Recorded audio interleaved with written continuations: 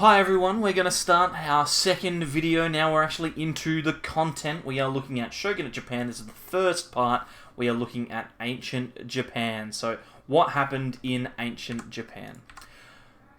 When we are looking at Japan, it's important to remember that there was about 30,000 years worth of history in this country before the period of time that we're looking at. So 30,000 years was the amount of time that it took between Japan being settled and now. 30,000 years.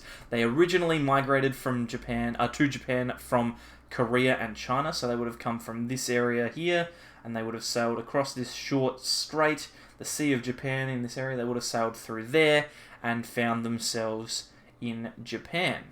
Obviously, there were a lot of different groups that were founded in Japan. They'd moved across onto these islands, but it's a very, very mountainous terrain in Japan. That's the reason that it's an island at all, right? It's lots and lots of mountains, so they formed lots of isolated different groups because they couldn't all be in the same place together. So there was isolated groups that formed, that developed their own different customs and traditions. So lots of different groups moved across to Japan. Some of them formed different beliefs and cultures to the others.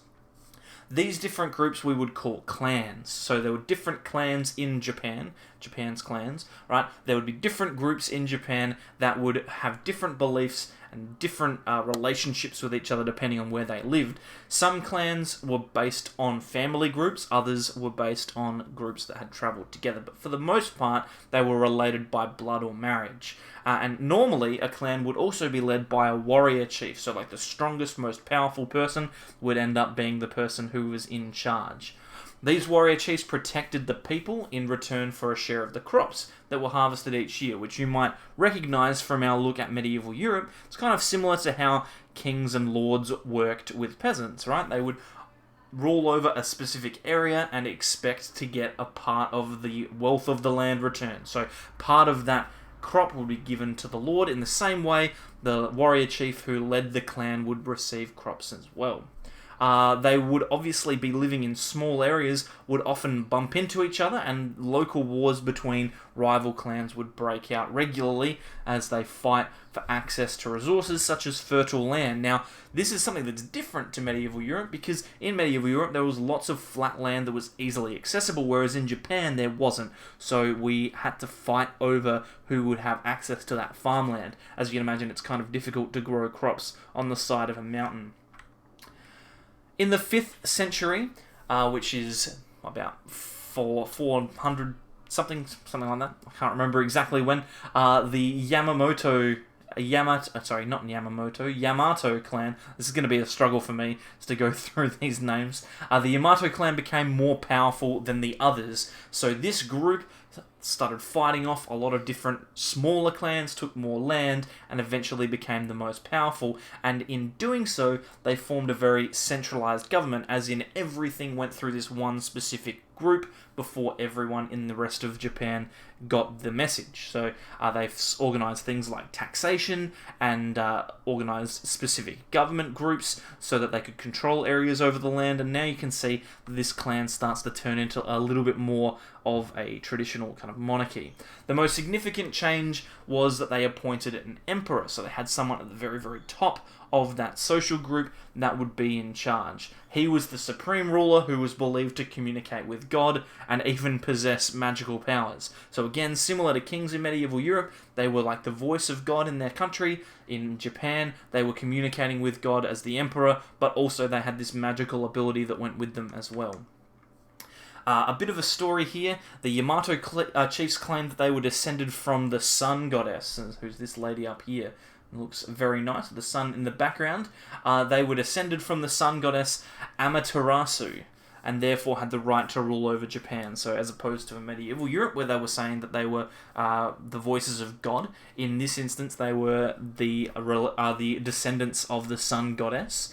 And Japanese legend states that a Yamato leader named Jimmu, who was the grandson of Amaterasu, I'm really struggling with this, was the first emperor of Japan, even though the word wasn't used in Japanese until a long time afterwards, like 1,000 years after he was supposed to have lived. So Jimmu was the first emperor, even though he's kind of a mythical character that people aren't really sure about whether he was real or not. And then 1,000 years later, they started calling people emperors, right? And they claimed that they were descendant of Jimmu. Jimmu was thought to have united a series of clans under his reign from 660 BCE to 585 BCE, which is around the same time as when the Roman Empire was starting to get its feet in Europe, right? So this is happening on the other side of the world around about the same time.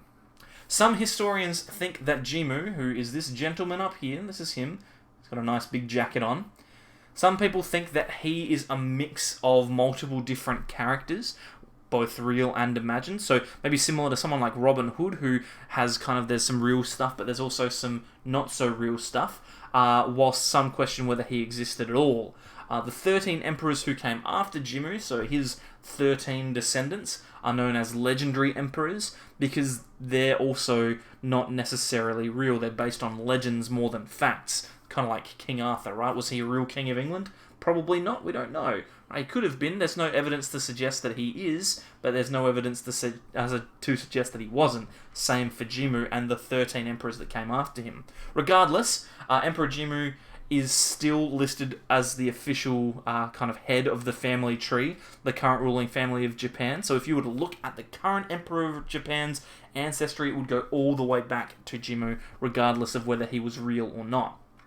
The current Japanese emperor, Akihito, is the 125th emperor of Japan. It's a very, very long lineage, and he can trace his ancestry all the way back to Jimmu. So if you went through his parents and grandparents, all the way backwards, eventually you would get to Jimmu.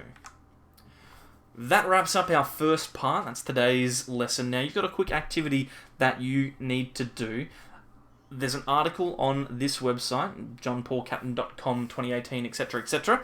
Right, what your job is going to be is you're going to read that article. It's pretty lengthy, so you'll need to make sure that you read it carefully, and then you're going to respond to the following question using evidence from the website to support what you're saying. So, was Jimmu a real person, or was he just a myth? Okay, so you're going to read through that text, then you're going to answer that question. And once you've answered that question, you make sure you provide evidence in your response, and then you can submit that one to our assessments week 1 formative tasks. So you'll see it up there in Daymap. You'll click assessment and go in formative task. You can submit it there. All of the work that you do this week will be submitted to that task, so I know who's doing what. Your response for this one should be at least 1 paragraph long. That's probably the minimum that you'd be able to do to answer this question fully, and remembering, of course, that you're putting in evidence as well. So, just to wrap up, that's our first little bit of a look at a background. You need to complete this task, submit it to Daymap. Once you've finished, you can go on with other subjects, or if you want, you can jump ahead to our third video, which is your double lesson, I think, single lesson, whatever it is, your next lesson for the week. Thanks.